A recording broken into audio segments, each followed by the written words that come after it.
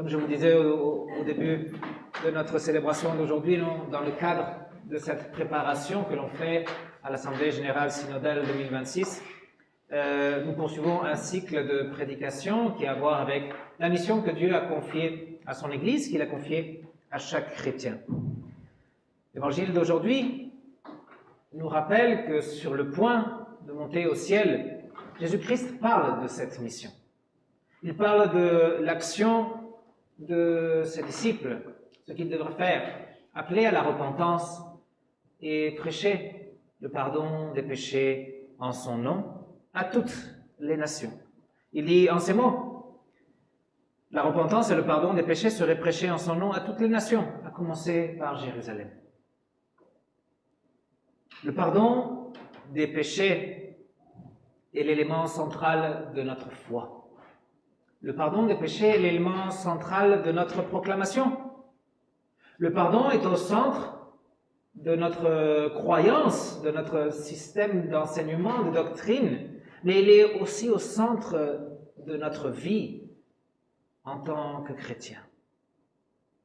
Comme l'explique le petit catéchisme, là où il y a pardon des péchés, il y a vie et salut. Nous apprenons de la Bible que le salaire du péché, c'est la mort. S'il n'y a pas de pardon, on est séparé de Dieu. S'il n'y a pas de pardon, on est mort spirituellement dans cette relation avec Dieu. S'il n'y a pas de pardon, on est mort dans nos fautes, dans nos désobéissances. Nous sommes méritants de la mort éternelle en enfer. Et dans ce contexte dramatique de la mort assurée pour tout être humain, le Seigneur se rend présent. Le Seigneur Jésus-Christ se rabaisse.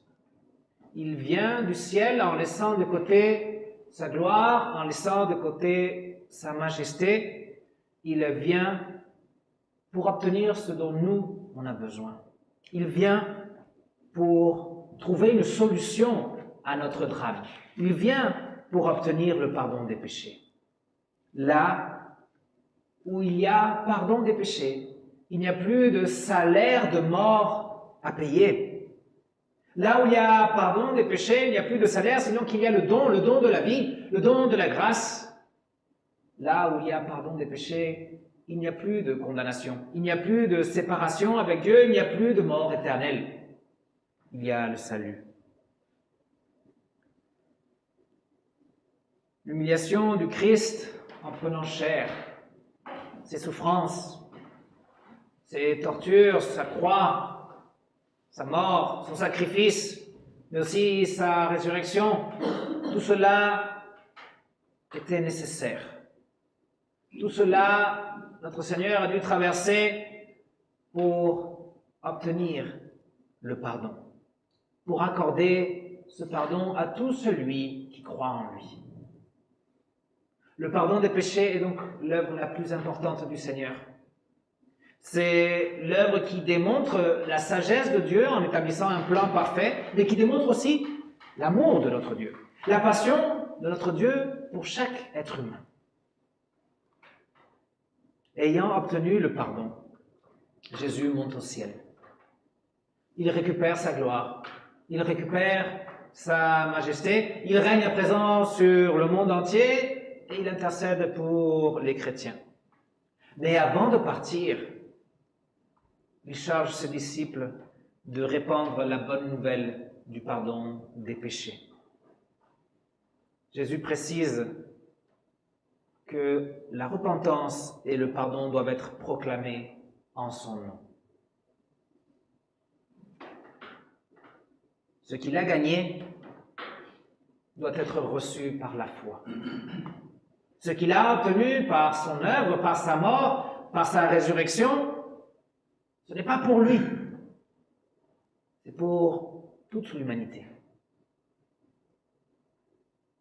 Jésus veut que cela soit proclamé, parce qu'il dit lui-même que celui qui croira et sera baptisé sera sauvé.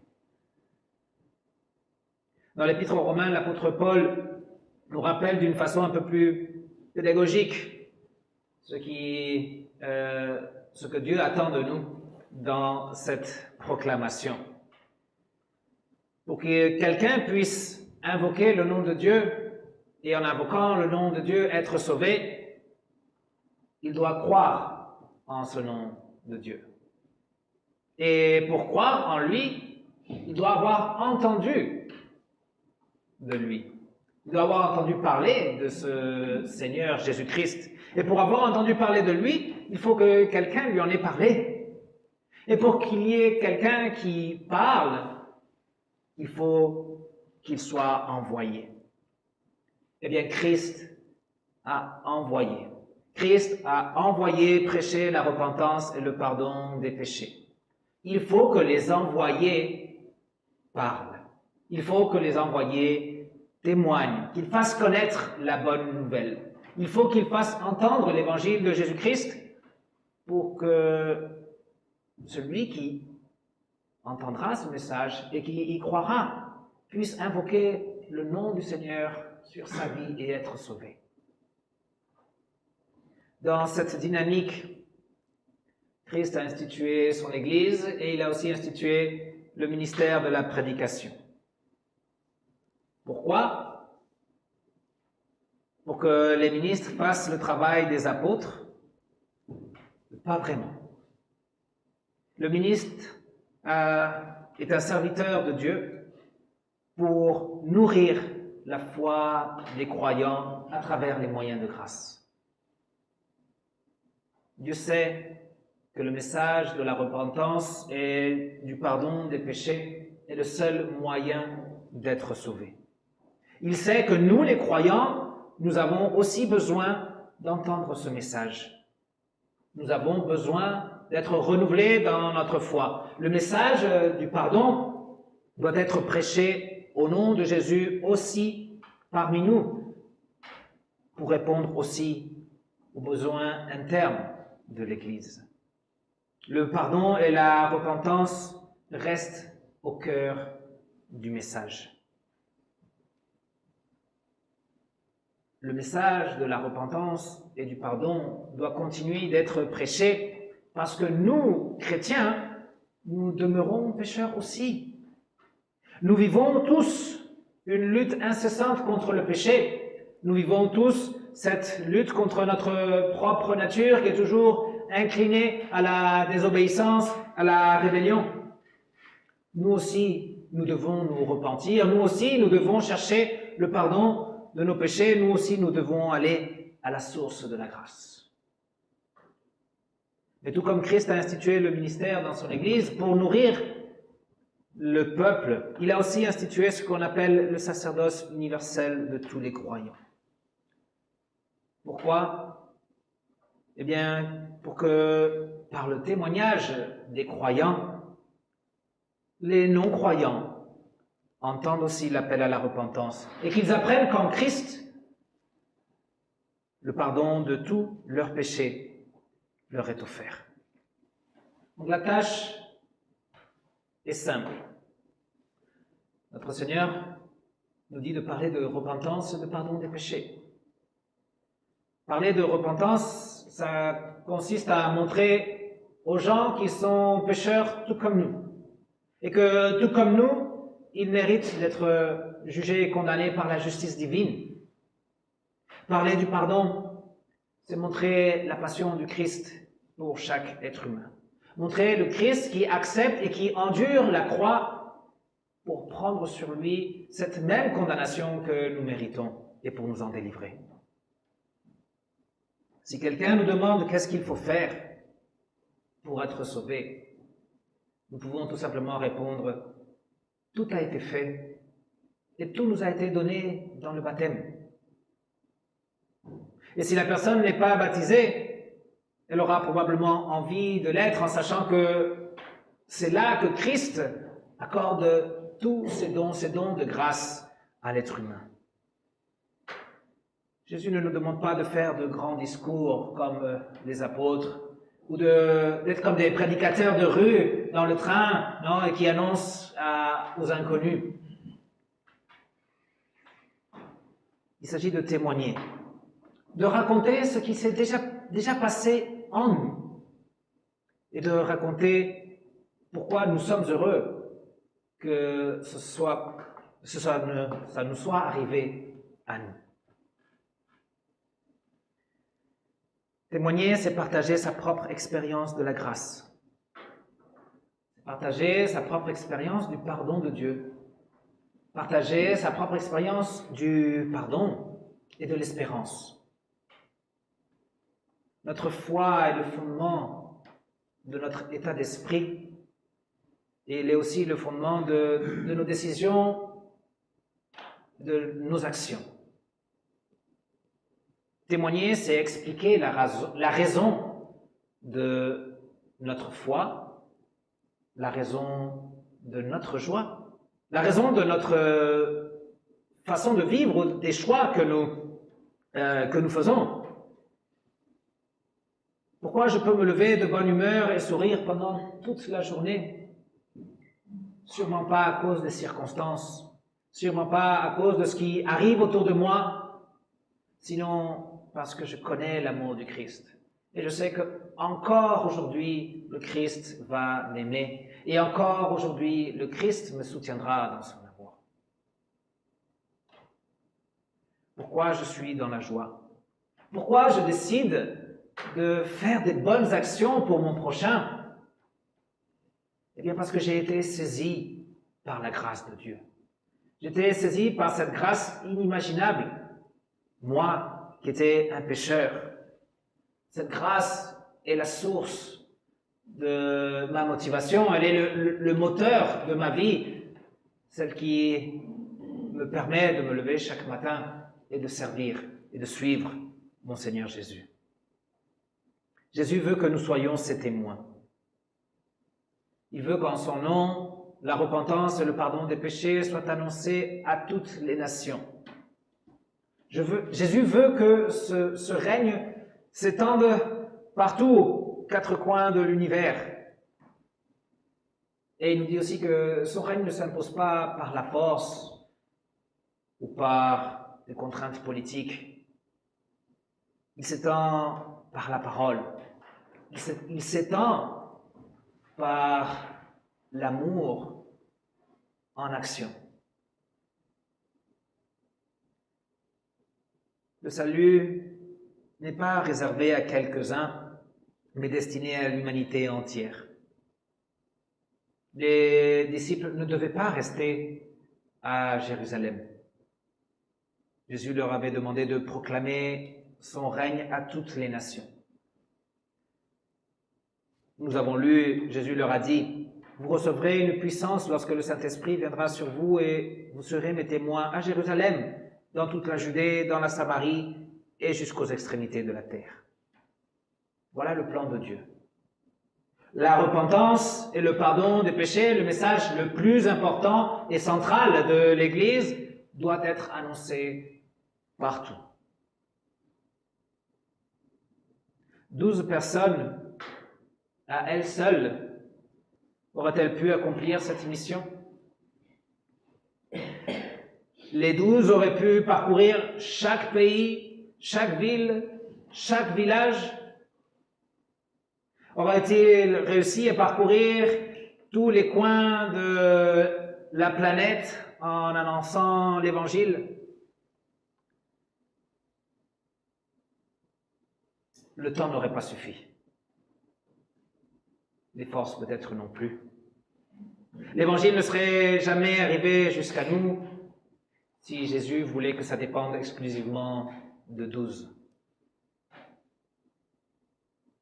Les disciples ont commencé à annoncer l'Évangile à Jérusalem, comme Jésus a dit. Et le jour de la Pentecôte, le Saint-Esprit descend sur les disciples et par leur témoignage, leur annonce, 3000 personnes croient au Seigneur Jésus et sont baptisées. Ces nouveaux croyants ont probablement partagé cette joie en rentrant chez eux, avec leurs voisins, avec leur famille. Les apôtres proclamaient l'Évangile à Jérusalem et ceux qui ont été baptisés allaient dans les campagnes, dans les villages alentours. Ils étaient devenus des messagers de Jésus-Christ. Ils avaient vécu quelque chose de réellement important et puissant dans leur vie. Ils avaient été saisis par cette grâce de Dieu et ils la partageaient. La parole se répand donc à Jérusalem et aux alentours, la Judée, la province dont Jérusalem est la capitale. Tout va bien selon le plan de Dieu. Mais qu'en est-il de la Samarie et des extrémités de la terre? Pour que la parole puisse se répandre encore mieux, une persécution éclate à Jérusalem. Une persécution après la mort, la lapidation d'Étienne. Un tel Saul de Tarse était l'un des plus fervents acteurs de cette persécution. Il chasse les chrétiens, il les met en prison, des centaines, à Jérusalem, en Judée. Il demande même d'aller un peu plus loin pour chasser les chrétiens. Les chrétiens fuient. Ils fuient Jérusalem, ils fuient la Judée. Mais le message, le témoignage ne s'étouffe pas. Partout où ils vont, ils répandent la bonne nouvelle, en Palestine, puis aussi au-delà. Là où ils sont allés en fuyant Jérusalem et la persécution, ils ont fondé des églises un peu partout dans la région. Puis, ces paroisses ont servi de plateforme pour envoyer des missionnaires aux quatre coins du monde connu. Comme le cas d'un tel Saul de Tarse qui est devenu après l'apôtre Paul. Ce n'est pas l'œuvre des 12. Ce ne sont pas 12 personnes qui ont réussi à répandre l'évangile dans toutes les nations. C'est l'œuvre de l'Église poussée par l'Esprit. Cette même mission se poursuit à travers nous de nos jours. Dieu nous a donné à chacun de nous son esprit. Nous sommes dans la foi, nous avons été baptisés, nous sommes enfants de Dieu, nous avons l'Esprit de Dieu. Nous sommes aussi membres de ce sacerdoce universel.